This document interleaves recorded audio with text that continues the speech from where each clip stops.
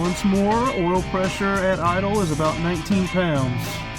So we'll see how this compares to after, once we get the oil pan dropped, the pickup tube cleaned out, the pickup tube O-ring and timing chain.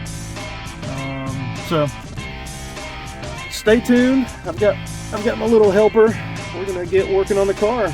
All right, folks. I've got the Envoy pulled into the garage, and the quest for the elusive oil pan is underway. So far, I've got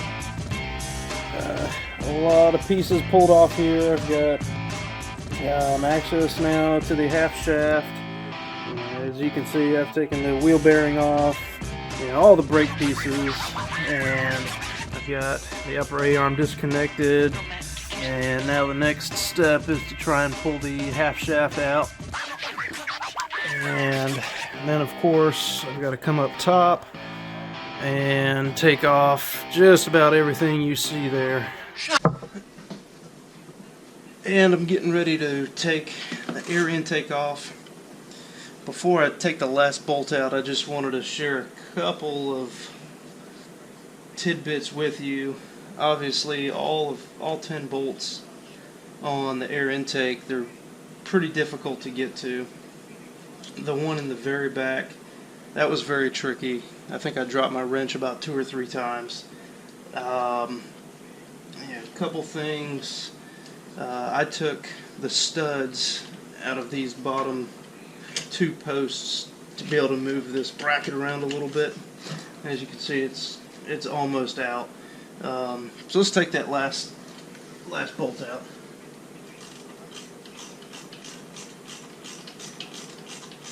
One other tip. I believe this is a PCV valve tube. To get that off of the manifold, what I used was a pair of needle nose pliers, and I just grabbed hold of it up at the top, wiggled it back and forth, and put some downward pressure on, and it came off eventually.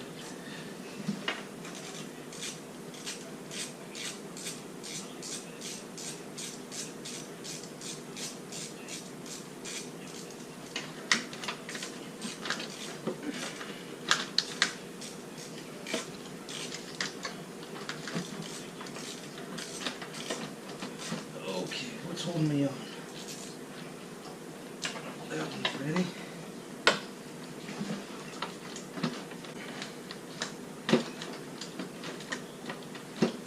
Feels like a couple bolts are still holding me back. Let's go check all 10 of them. That one's out.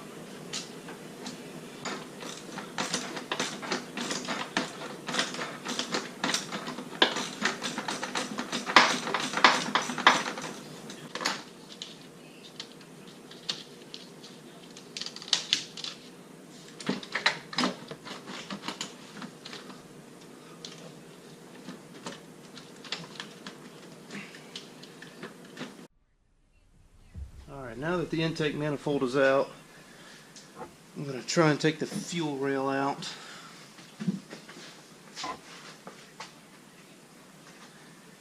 Be sure you wear safety glasses when doing this. I don't know, I've already relieved the pressure on the fuel lines, but there may still be a little bit of fuel in there. Let's see.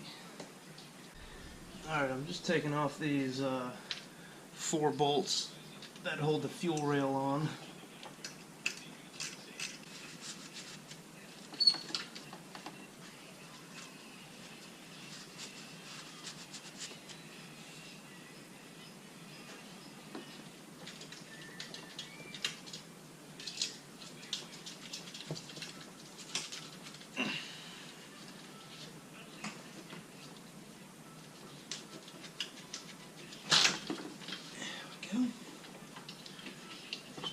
Pull that right out. A little bit of fuel in there. There are the fuel injectors, and those look pretty dirty. And I'm going to put these bolts back where they came from so I don't lose them. Oh, that's a strong gas smell.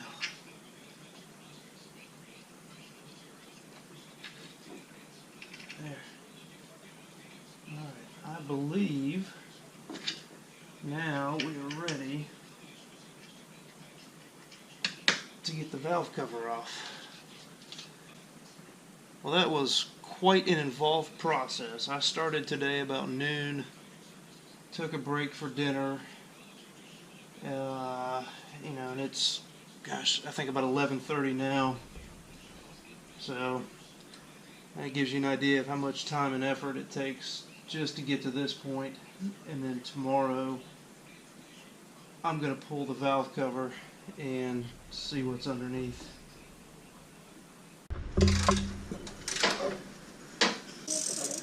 Alright, you ready? Here we go.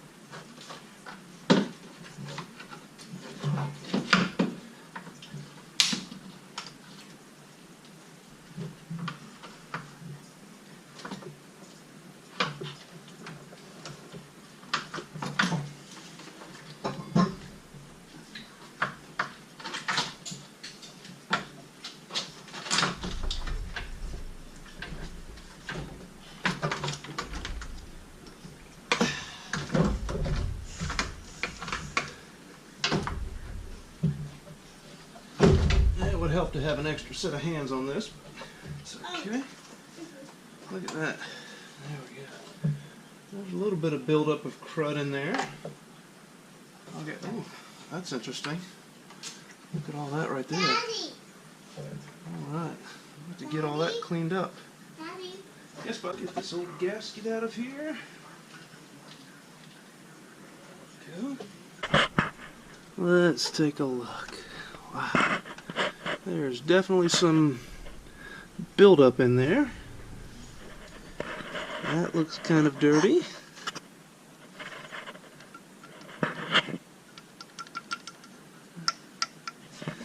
Now I'm not sure how much tension is supposed to be on that chain, but that is a little loose. We're going to pull the cover off as well. Alright, now we're at the point. I've got the differential unbolted from the car. I've got the drive shaft unbolted from the differential. As you can see, I've got the air compressor wrapped up here out of the way. There is an electrical connector on here that you would obviously have to take off before you can wrap this up and around. The hose here is just holding that back. And took the pulley bracket off, and I have not removed any motor mount bolts, which means I have not jacked up the motor. And from what I have read and from what I have seen on YouTube, there should be plenty of room to slide that differential out in between this gap down here. Okay, so the shaft that goes through the engine is attached to the differential. And I guess what we're going to have to do is tap that out gently.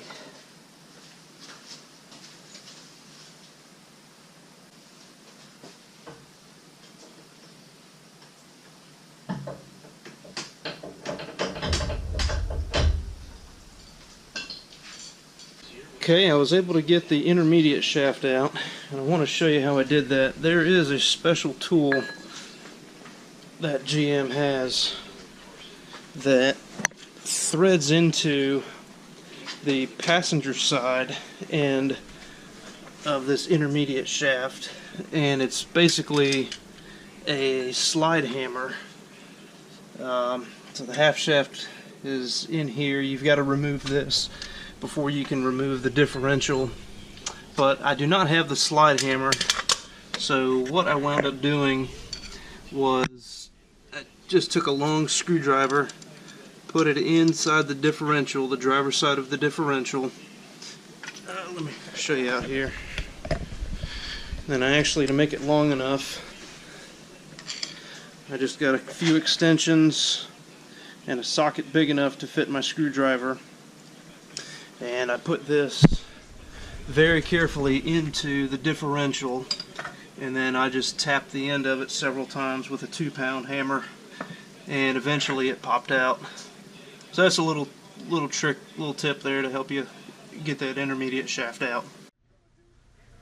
Okay, now that the half shaft is removed, I'm sorry, not the half shaft, the intermediate shaft from the differential, I can now pull that differential out. But what I did, I got ahead of myself, I think. What I did was I put 2 bolts back in the differential just to give it something to grab a hold of while I was tapping that out. So let me take those bolts out really quickly.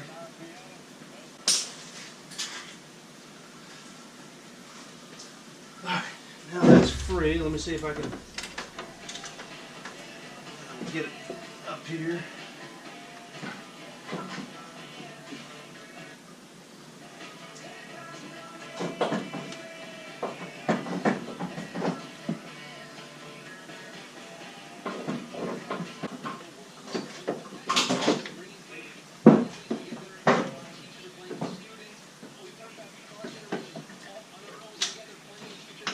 Oh, jeez.